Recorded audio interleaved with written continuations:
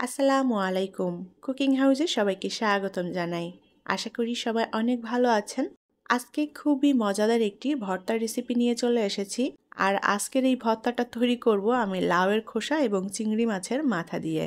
বাড়িতে যখন লাউ আনা হয় তখন এই লাউ রান্নার পর আমরা এই লাউয়ের খোসাটা অনেকেই ফেলে দিই, আবার অনেকেই এটাকে ভাজি করি অথবা ভর্তা করি। তো এটা ফেলে না দিয়ে এই লাউয়ের খোসা দিয়ে কিন্তু অনেক মজার মজার রেসিপি তৈরি করে নেওয়া যায়। তো আজকে আমি সেই লাউয়ের খোসা ফেলে না দিয়ে এই লাউয়ের খোসা দিয়ে খুবই মজাদার একটি ভর্তা তৈরি করে নেব।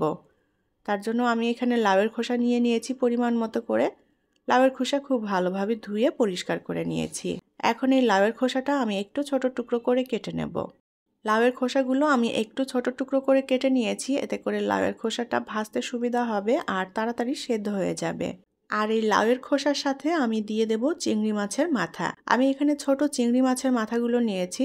চিংড়ি মাছ বাছা খোটার পরে আমরা এই মাথাগুলো অনেকেই ফেলে দিই, তবে এই মাথাগুলো দিয়েও কিন্তু খুবই মজাদার রেসিপি তৈরি করা যায়। তো আমি চিংড়ি মাছগুলো বেছে আলাদা করে নিয়েছি আর মাথাটা আলাদা করে রেখেছি। আজকে আমি যে ভর্তাটা তৈরি করছি এই ভর্তার দুটো উপকরণই আমরা কিন্তু ফেলে দেই। খাওয়ার উপযোগী এই জিনিসগুলো আমরা ফেলে না দিয়ে এই জিনিস দিয়েই কিন্তু আমরা ভর্তাটা তৈরি করে নিতে পারি। তো লাউয়ের খোসা এবং চিংড়ি মাছের মাথা এটা দুটোই ফেলনা জিনিস, তবে সেই ফেলনা জিনিস দিয়েই মজাদার ভর্তা তৈরি করব। তো আমি চিংড়ি মাছের মাথাগুলো খুব ভালোভাবে ধুয়ে পরিষ্কার করে নিয়েছি। প্যানে পরিমাণ মতো তেল দিয়ে দেব। আর এখানে আমি সরিষার তেলটা নিয়েছি। এই ভর্তাতে সরিষার তেল দিলেই খেতে ভালো লাগবে। এখন এই তেলের মধ্যে দিয়ে দেব পেঁয়াজ কুচি এবং কাঁচামরিচ। আমি এখানে মিডিয়াম সাইজের একটা পেঁয়াজ নিয়েছি আর এখানে 10-12টি কাঁচামরিচ দুটুকরো করে নিয়েছি।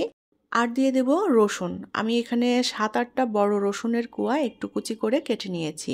ভর্তাটা একটু ঝালঝাল হলে খেতে ভালো লাগবে, আমি মরিচটা সেভাবেই দিয়ে দিয়েছি। এখানে আমি কোনো শুকনো মরিচ ব্যবহার করব না, শুধুমাত্র কাঁচা মরিচ দিয়ে ভর্তাটা তৈরি করব। চাইলে এখানে শুকনো মরিচ অ্যাড করতে পারেন।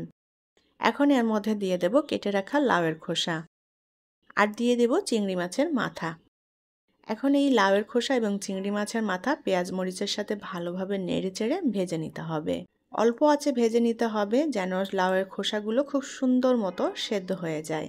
লবণ দিয়ে দেব পরিমাণ মতো করে। এখন দিয়ে দেব সামান্য পরিমাণ হলুদের গুঁড়া। এখানে যেহেতু চিংড়ি মাছের মাথা দেওয়া হয়েছে, একটু হলুদটা দিলে ভর্তার কালারটা সুন্দর আসবে, তা না হলে ভর্তাটা দেখতে একেবারে ফ্যাকাশে লাগবে। সুন্দর মতো অল্প আঁচে নেড়েচেড়ে ভেজে নিতে হবে। এবার ঢাকনা দিয়ে ঢেকে দেব। চুলার আঁচটা অল্পই রাখতে হবে আর এভাবে ঢাকনা দিয়ে ঢেকে দিলে লাউয়ের খোসাটা খুব সুন্দর মতো সেদ্ধ হয়ে যাবে। 3-4 মিনিট ঢাকনা দিয়ে ঢেকে আমি সেদ্ধ করে নিয়েছি লাউয়ের খোসাটা। খুব ভালোভাবে নেড়ে চেড়ে দেব। উল্টাপাল্টা করে নেড়ে দিতে হবে, না হলে কিন্তু লাউয়ের খোসাটা সব দিকটা সমানভাবে সেদ্ধ হবে না, কাঁচা থেকে যাবে। আবারও ঢাকনা দিয়ে ঢেকে দেব। আরও 3-4 মিনিট ঢাকনা দিয়ে ঢেকে দিয়েছিলাম। লাউয়ের খোসাটা এবার সুন্দর মতো সেদ্ধ হয়ে গিয়েছে। চুলার আঁচটা কিন্তু অবশ্যই অল্প রাখতে হবে যেন পুড়ে না যায়। সুন্দর করে নেড়ে চেড়ে চিংড়ি মাছের মাথা এবং লাউয়ের খোসাটা ভেজে নিয়েছি। এখন এর মধ্যে দিয়ে দেব আমি কালো জিরা, 1/2 চা চামচের মতো কালো জিরা নিয়েছি। এই ভর্তাতে কালো জিরা দিলে ফ্লেভারটা খুবই ভালো আসবে। কালো জিরা বাদ দিয়েও তৈরি করে নেওয়া যাবে, অথবা এখানে আস্ত জিরাও অ্যাড করতে পারেন, তবে জিরার থেকে কালো জিরার ফ্লেভারটা বেশি ভালো আসবে এই ভর্তাতে। কালো জিরা দিয়ে নেড়ে চেড়ে আবারও কিছুক্ষণ ভেজে নেব। লাউয়ের খোসা কিন্তু খুব সুন্দর মতো সেদ্ধ হয়ে গিয়েছে আর এটা ভাজাও হয়ে গিয়েছে ভালোভাবে। এখন এই ভাজা লাউয়ের খোসাটা আমি ভালোভাবে ঠান্ডা করে নেব যাতে বাটতে সুবিধা হয়। লাউয়ের খোসাগুলো আমি সুন্দর মতো ঠান্ডা করে নিয়েছি। এখন ভর্তাটা আমি ব্লেন্ডারে পেস্ট করে নেব।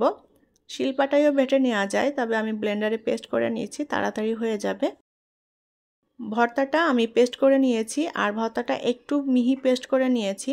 যেহেতু এখানে চিংড়ি মাছের মাথা দিয়েছিলাম, একটু মিহি পেস্ট না করলে কাটা কাটা লাগতে পারে গালে। ভর্তাটা তৈরি করা হয়ে গিয়েছে আর দেখেই বুঝতে পারছেন কতটা লোভনীয় হয়েছে ভর্তাটা। তৈরি হয়ে গেল লাউয়ের খোসা এবং চিংড়ি মাছের মাথা দিয়ে ভীষণ রকমের টেস্টি এই ভর্তাটি। ঝালঝাল করে লাউয়ের খোসার এই ভর্তাটা সাদা গরম ভাত দিয়ে খেতে খুবই ভালো লাগে। আশা করছি আমার আজকের ভর্তার রেসিপি আপনাদের ভালো লেগেছে। রেসিপিটি যদি ভালো লাগে তাহলে প্লিজ ভিডিওটি শেয়ার করবেন। পরবর্তী রেসিপি দেখার আমন্ত্রণ জানিয়ে বিদায় নিচ্ছি। আল্লাহ হাফেজ।